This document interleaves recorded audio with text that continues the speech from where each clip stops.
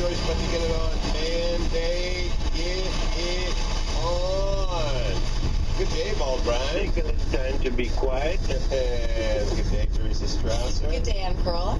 Yeah, we're supposed to talk to Perry Farrell, and Donnie mentioned to me a couple of times, Perry Farrell's going to be calling in, and I said, no, he's not. And, this did not happen once. This conversation did not take place once. It was over several occasions. Yeah, so, Perry Farrell's going to be calling in. He'll be calling about 5 o'clock. And I said, no, he won't. And he said, how come? What do you know? And I said, he's nuts and he's a flake. And that's what I know. Here's the thing about me. People think I'm smart. I'm not smart. I just know.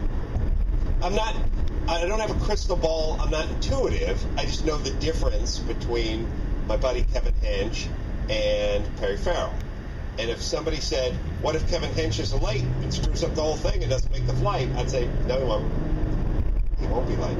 He's not late. And if someone says, Perry Farrell's calling in 5, I'd say, no, he's not. What you're doing is you're able to see and predict patterns based on past behavior. And that's a really good way of doing things. It could be based on all the years of Loveline, of just knowing how people are and how they don't really change and who they are and how it works. But it's pretty straightforward. And if you think about almost everyone you know, I had this really... and this is why stereotypes are always true, too.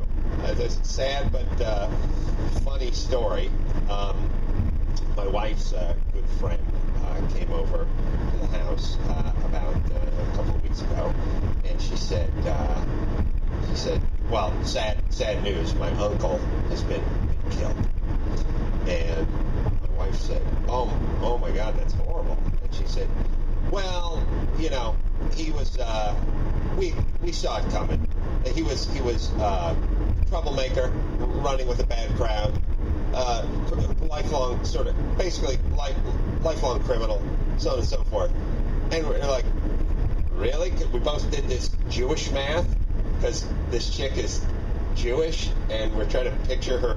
She's trying her uncle like a thug, right? And it's like she's like, yeah, he's always been. Well, first off, he was disbarred in 1989. And then it started to sort of make sense that it started off sounding like he was a gangbanger and got into more, he was a lawyer, and then he had some shady dealings, and then some bad real estate thing went wrong, and then somebody, whatever. White collar crime. But our first, or light blue collar crime. But the point is our first light blue yarmulke color crime. We were just sort of sitting there looking at her, kind of doing the, like... You put your thinking yarmulke on. Yeah, we're like, she was describing